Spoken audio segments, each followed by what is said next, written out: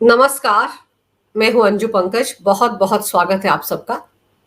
दिल्ली महिला आयोग में कॉन्ट्रैक्ट पर काम कर रही 223 महिला कर्मचारियों की नौकरी चली गई और इसके बाद से दिल्ली की सियासत में बवाल मचा हुआ है। आम आदमी पार्टी इसका ठीकरा एलजी के सिर फोड़ रही है। इसे बीजेपी की साजिश बताया जा रहा है और ये वादे किए जा रहे हैं कि इन महिलाओं को अरविंद केजरीवाल नौकरी दिलाकर ही मानेंगे। आप देखिए, अरविंद केजरीवाल ने इस मामले को लेकर ये ट्वीट किया है। वो लिखते हैं, मेरी जिन बहनों को डीसीडब्ल्यू से निकाला गया है, मैं उन्हें भरोसा दिलाता हूं कि उन्हें उनकी नौकरी वापस दिलाऊंगा, चाहे इसके लिए कुछ भी करना पड़े। अरविंद केजरीवाल का दर्द समझा जा सकता है। सिर पर विधानसभा चुनाव है और उससे 4 महीने पहले दिल्ली महिला आयोग की कर्मचारियों की नौकरी चले जाना उनको भारी पड़ सकता है और वो वादा कर रहे हैं कि इन महिलाओं की नौकरी में वापस दिलाऊंगा। लेकिन सवाल कोई ये पूछे अरविंद केजरीवाल से कि क्या ये फैसला एलजी ने एक रात में ले लिया? 29 अप्रैल को एलजी ने आदेश दिया था इन सब को नौकरी से हटाने का और अप्रैल के बाद 21 अक्टूबर को ये फैसला आया है। इतने महीनों से अरविंद केजरीवाल क्या कर रहे थे? तब क्यों नहीं उन्होंने इन महिलाओं के लिए कुछ किया? अगर उस वक्त अरविंद केजरीवाल कुछ कर लेते तो शायद इनकी नौकरियां बच जाती। लेकिन फिर इनकी नौकरियां गई क्यों? सबसे बड़ा सवाल तो यह है, जिस सवाल पर कोई बात ही नहीं करना चाह रहा है आम आदमी पार्टी में। इन महिलाओं की जो नियुक्ति थी दिल्ली महिला आयोग में, वो सारे नियम कायदों को ताक पर रखकर की गई थी और ये मामला 2017 से चल रहा है। आप देखिए, दिल्ली के एलजी वीके सक्सेना ने इसी साल अप्रैल महीने में दिल्ली महिला आयोग से 223 कर्मचारियों को तत्काल प्रभाव से हटाने का फरमान सुनाया था। आरोप है कि दिल्ली महिला आयोग की अध्यक्ष स्वाति मालीवाल ने नियमों के खिलाफ जाकर बिना अनुमति के इनकी नियुक्तियां की थी। एलजी के आदेश में दिल्ली महिला आयोग एक्ट का हवाला देते हुए कहा गया कि आयोग केवल 40 कर्मचारियों को ही नौकरी पर रख सकता है, लेकिन एलजी की मंजूरी के बिना 223 नए पद बनाए गए। आयोग के पास कॉन्ट्रैक्ट पर कर्मचारियों की नियुक्ति करने का कोई अधिकार ही नहीं है। इसके बावजूद इन्हें कॉन्ट्रैक्ट पर नौकरी पर रखा गया और फिर इन नियुक्तियों के चलते दिल्ली के सरकारी खजाने पर 2 करोड़ का अतिरिक्त भार पड़ रहा था और वित्त विभाग से इसकी परमिशन भी नहीं ली गई थी। परमिशन तो एलजी से भी नहीं ली गई थी। क्या अरविंद केजरीवाल, जो अब छाती पीट रहे हैं कि क्यों इन 223 महिला कर्मचारियों को दिवाली से कुछ दिन पहले एलजी ने हटा दिया, ऐसा कुछ नहीं है। एलजी ने तो 29 अप्रैल को ही हटा दिया था, 29 अप्रैल को ही फरमान सुना दिया था। लेकिन इतने दिन तक बिना वेतन के ये सब की सब काम कर रही थी। किसके कहने पर काम कर रही थी? किसने इनको लॉलीपॉप दिया था कि इनको पक्का कर दिया जाएगा? ये तो कॉन्ट्रैक्ट पर है और कॉन्ट्रैक्ट पर जब आप किसी को रखते हैं तो उसकी नौकरी कभी भी जा सकती है। इन महिलाओं के साथ भी यही हुआ। 29 अप्रैल को इनको ये फरमान सुना दिया गया कि इनको नौकरी से हटा दिया गया है, लेकिन उसके बावजूद ये वहां पर काम कर रही थी। तो इसका मतलब है अरविंद केजरीवाल सरकार ने इनको लॉलीपॉप दिया था कि इनकी नौकरियां पक्की कर दी जाएंगी। वरना क्या वजह थी कि समय रहते इनके मामले को लेकर अरविंद केजरीवाल ने कोई और कदम क्यों नहीं उठाया? लेकिन तब अरविंद केजरीवाल क्या करते? वो तो तिहाड़ जेल में बंद थे। 21 मार्च को उनको ईडी ने गिरफ्तार कर लिया था और दावा ये किया गया था आम आदमी पार्टी की तरफ से कि हम तो सरकार तिहाड़ जेल से चलाएंगे। तो चलाते ना अरविंद केजरीवाल, इनकी नौकरी बचाते। लेकिन तब अरविंद केजरीवाल को अपने आप को बचाने की लगी हुई थी। दिल्ली वालों की फिक्र तो उनको थी नहीं। तब तो आम आदमी पार्टी के किसी भी मंत्री ने इनकी नौकरी बचाने की कोशिश नहीं की, क्योंकि सबका ध्यान तिहाड़ जेल की तरफ था। वहां से कोई फरमान आएगा उसका पालन ही करते थे आतिशी मारलेना और सौरभ भारद्वाज। इसके अलावा इनमें से किसी को कुछ सूझ ही नहीं रहा था। आप ये देखिए कि अरविंद केजरीवाल के साथ साथ पूर्व डिप्टी सीएम मनीष सिसोदिया क्या कहते हैं। वो कहते हैं बीजेपी ने दिवाली से पहले सैकड़ों लोगों के घर बार उजाड़े हैं, नौकरियां छीनी हैं।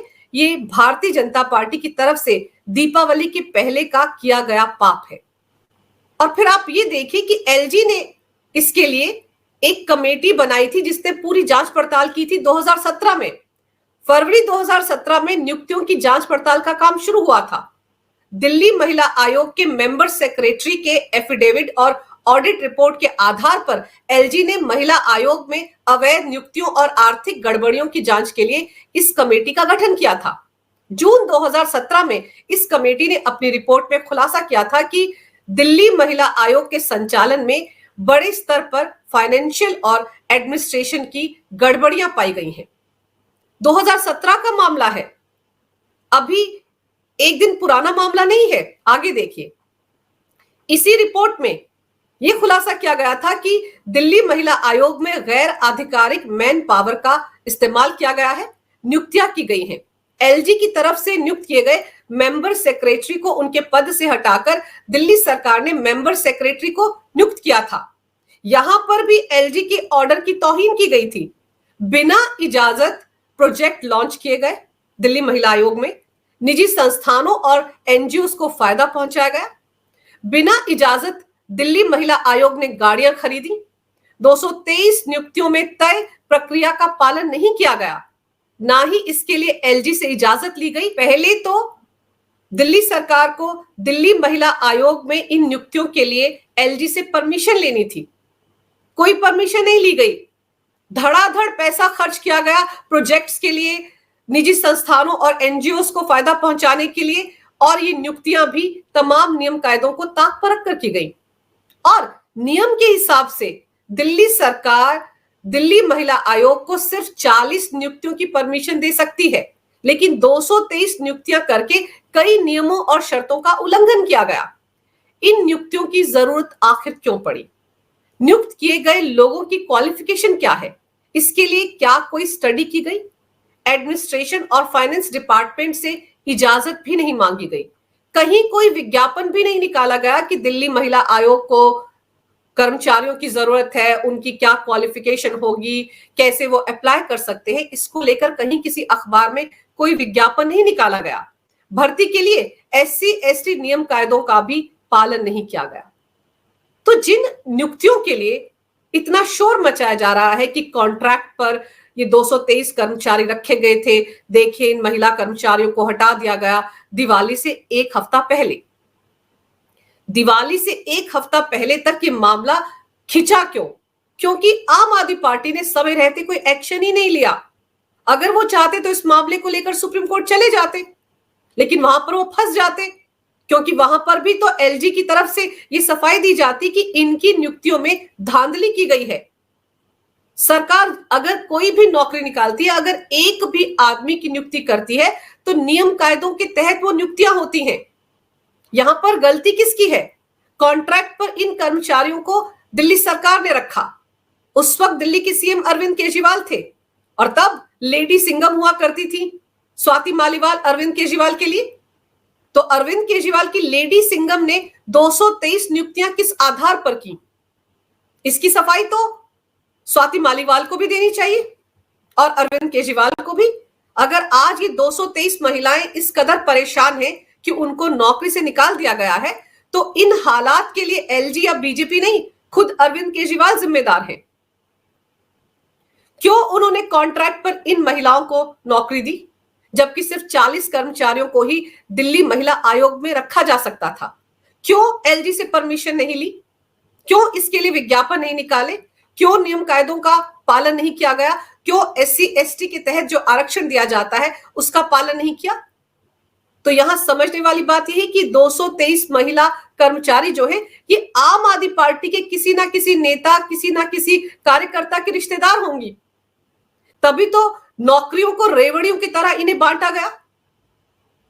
और कॉन्ट्रैक्ट पर जब किसी को रखा जाता है तो उसकी नौकरी कभी भी जा सकती है। अगर अरविंद केजरीवाल को इनकी इतनी चिंता थी तो वो एलजी से परमिशन लेकर इनको पक्का करवा देते। ना एलजी से परमिशन ली गई, ना वित्त विभाग से परमिशन ली गई, किसी को इन्फॉर्म नहीं किया गया और कॉन्ट्रैक्ट पर इनको रख लिया। और अब इस खुलासे के बाद आपको बताती हूं कि स्वाति मालीवाल ने क्या कुछ कहा है एक्स पर। स्वाति मालीवाल ने एक्स पर एक मैसेज लिखा है और उन्होंने लिखा है कि I strongly condemn the sudden removal of the hard working contractual staff at DCW. These people have given their heart and soul to work for women and girls in the capital. In fact, since Delhi government stopped their funds, they have been working without salary for many months. तो ये तो अरविंद केजरीवाल से पूछा जाना चाहिए ना कि अगर उनको इतनी चिंता थी तो फंड क्यों रोका गया दिल्ली महिला आयोग का। खुद स्वाति मालीवाल कह रही हैं कि ये बिना वेतन के काम कर रही थी। क्यों ये बिना वेतन के काम कर रही थी? क्यों दिल्ली सरकार ने इनका वेतन जारी नहीं किया? क्योंकि परमिशन नहीं ली गई थी इन नियुक्तियों के लिए। फाइनेंस विभाग भी इनका वेतन जारी नहीं कर रहा था क्योंकि 2 करोड़ का अतिरिक्त भार पड़ रहा था फाइनेंस विभाग पर, इसलिए इनका वेतन रिलीज नहीं किया गया। तो जब महीनों से इनको वेतन नहीं मिल रहा था तो अरविंद केजरीवाल कहां थे? बताना चाहिए अरविंद केजरीवाल को कि तब उन्होंने इनका वेतन रिलीज करवाने के लिए क्या मशक्कत की। जिन महिला कर्मचारियों को महीनों से वेतन नहीं मिल रहा था, बिना वेतन के वो दिल्ली महिला आयोग में काम कर रही थी, अगर आज उनकी नौकरी चली जाती है तो फिर इतना शोर क्यों मचा रहे हैं आम आदमी पार्टी के नेता? क्योंकि अब उनकी अपनी चोरी पकड़ी गई है। क्योंकि जो कुछ इन महिलाओं के साथ दीपावली से 1 हफ्ते पहले हुआ है, इसके लिए कोई और जिम्मेदार नहीं है, अरविंद केजरीवाल और उनकी पूरी सरकार जिम्मेदार है। अब अपनी जिम्मेदारी से बचने के लिए इन्होंने शोर मचाना शुरू कर दिया है। बीजेपी को टारगेट किया जा रहा है, एलजी पर आरोप लगाए जा रहे हैं। सिसोदिया तो कह रहे हैं कि एलजी ने महापाप कर दिया है। महापाप एलजी ने नहीं किया है, आम आदमी पार्टी सरकार ने किया है, जिन्होंने नियम कायदों को ताक पर रखकर इनकी नियुक्तियां की थी। अब देखिए, आम आदमी पार्टी में मंत्री सौरभ भारद्वाज क्या लिखते हैं? एलजी साहब के निर्देश पर डीसीडब्ल्यू के सभी संविदा कर्मचारियों को नौकरी से निकालने का आदेश जारी किया गया। दीपावली से पहले इस तरह के आदेश जारी करना पूरी तरह गलत है। मैं दिल्ली महिला आयोग के सभी संविदा कर्मचारियों से कहना चाहता हूं कि दिल्ली सरकार उनके समर्थन में खड़ी है और हम हर संभव तरीके से उनकी मदद करने की कोशिश करेंगे। मैं एलजी साहब से अपील करता हूं कि वो इस आदेश को तुरंत वापस लें। आगे वो लिखते हैं, बात सिर्फ बस मार्शलों की नहीं है, लिस्ट बहुत लंबी है। हर तरफ बीजेपी की केंद्र सरकार दिल्ली वालों को नौकरी से निकालकर उन्हें बेरोजगार करके उनको भुखमरी की तरफ धकेल रही है। उनके घर दिवाली कैसे मनेगी साहब? ये सवाल पूछ रहे हैं सौरभ भारद्वाज। कायदे से उनको इस तरह का सवाल पूछने का अधिकार ही नहीं है, क्योंकि सौरभ भारद्वाज उस पार्टी से आते हैं जिस पार्टी के राज में दिल्ली में विधायकों की जो निधि होती है उसको 10 करोड़ से बढ़ाकर 15 करोड़ अभी हाल ही में किया गया है। तो अगर उनको इतना दर्द हो रहा है तो जितने भी विधायक हैं आम आदमी पार्टी के, वो क्यों नहीं अपने विधायक निधि से पैसा निकालकर इन लोगों की मदद कर देते हैं? 223 ही तो है।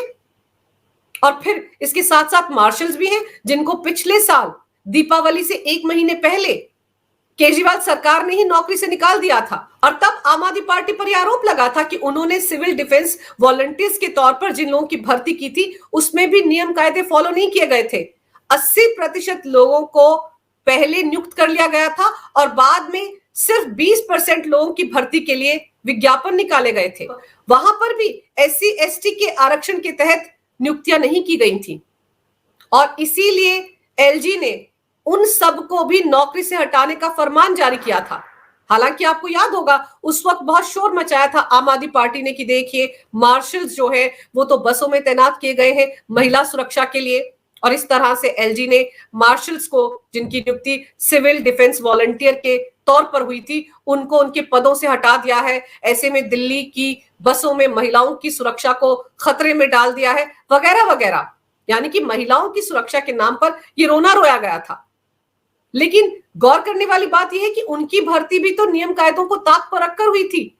वहां पर भी कोई नियम फॉलो नहीं किया था आम आदमी पार्टी सरकार ने।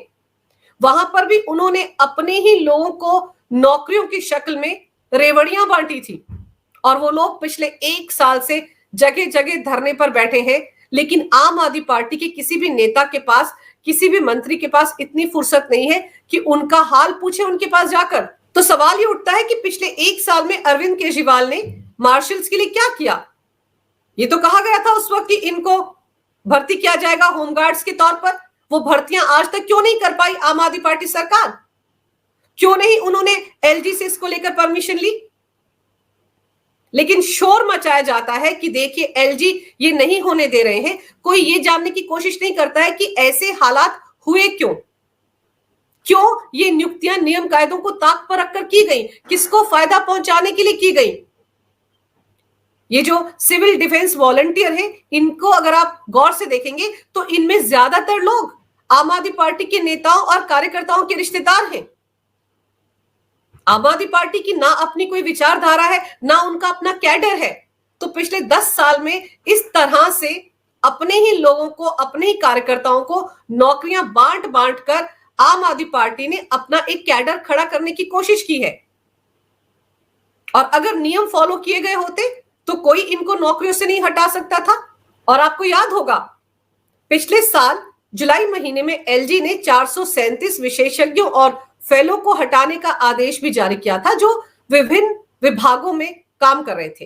कोई सलाहकार था, कोई सह सलाहकार था, कोई फेलो था या कोई डिप्टी फेलो था। कहा गया कि ये सब ऑक्सफोर्ड रिटर्न विशेषज्ञ हैं, जबकि तहकीकात में ये पता चला था कि ये सब आम आदमी पार्टी के कार्यकर्ता थे। उस वक्त भी एलजी के सक्सेना ने आरोप लगाया था कि भर्तियों में आरक्षण नीतियों का पालन नहीं किया गया। नियम कायदे जो रहते हैं नौकरियों में भर्ती के लिए, उन्हें फॉलो नहीं किया गया। ज्यादातर लोग तो आपके कार्यकर्ता थे या फिर किसी नेता और कार्यकर्ताओं के रिश्तेदार थे। किसी विधायक की पत्नी भी थी सलाहकार के पद पर।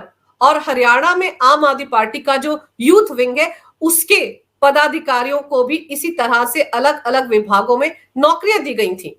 और कहा यह जाता है कि आम आदमी पार्टी ने एक स्ट्रेटजी के तहत अपने कार्यकर्ताओं को अलग अलग विभागों में सिर्फ जासूसी करने के लिए फिट किया था।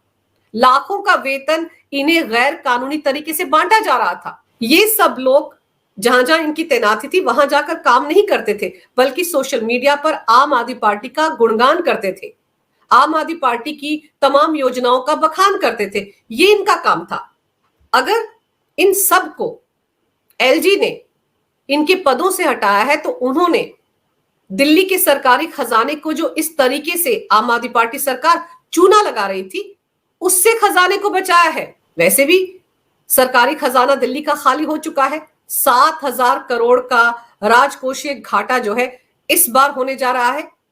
2 महीने के बाद दिल्ली के सरकारी कर्मचारियों और अधिकारियों को वेतन देने के पैसे दिल्ली सरकार के पास नहीं होंगे। ये बात खुद वित्त विभाग के सचिव ने दिल्ली की वित्त मंत्री आतिशी मार्लेना को बताई है।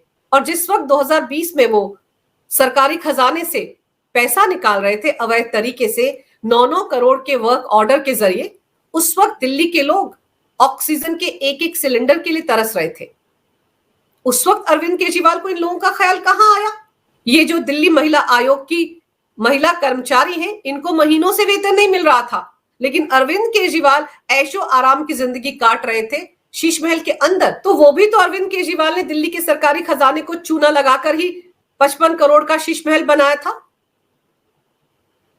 मार्शल्स की बात जो अरविंद केजरीवाल और उनकी पार्टी के नेता कर रहे हैं, वो पिछले 1 साल से सड़कों पर है। जब वो सड़कों पर घूम रहे थे, धरने दे रहे थे नौकरी के लिए, उस वक्त अरविंद केजरीवाल अपने करोड़ों के शीश महल में ऐशो आराम की जिंदगी काट रहे थे। अभी 1 महीने पहले ही तो उन्होंने शीश महल छोड़ा है। दिल्ली महिला आयोग में कौन सी एनजीओ थे जिनको फायदा पहुंचाया जा रहा था? लाखों की गाड़ियां वहां पर क्यों खरीदी गई? ये सारे ऐसे सवाल हैं जिनके जवाब अरविंद केजरीवाल को देने पड़ेंगे। और महिलाओं के नाम पर बहुत दर्द हो रहा है अरविंद केजरीवाल को। उनकी पार्टी की तमाम महिला नेताएं जो है, उन्होंने भी दिल्ली महिला आयोग में इन महिलाओं की नौकरी जाने के बाद वीडियो बना बनाकर सोशल मीडिया पर बहुत शोर मचा रखा है कि महिलाओं के साथ बहुत ज्यादती हो गई। तो ये जितनी भी महिला नेता हैं, राखी बिरला या शैली ओबराय या फिर आम आदमी पार्टी की प्रवक्ता रीना गुप्ता, ये सब की सब जो अब दिल्ली महिला आयोग की इन कर्मचारियों के लिए मोर्चा खोलकर खड़ी हो गई हैं, ये उस वक्त कहां थी जब इनकी ही पार्टी की राज्यसभा सांसद स्वाति मालीवाल की अरविंद केजरीवाल के घर के अंदर पिटाई हो गई थी। तब इनमें से एक भी महिला नेता सामने नहीं आई थी।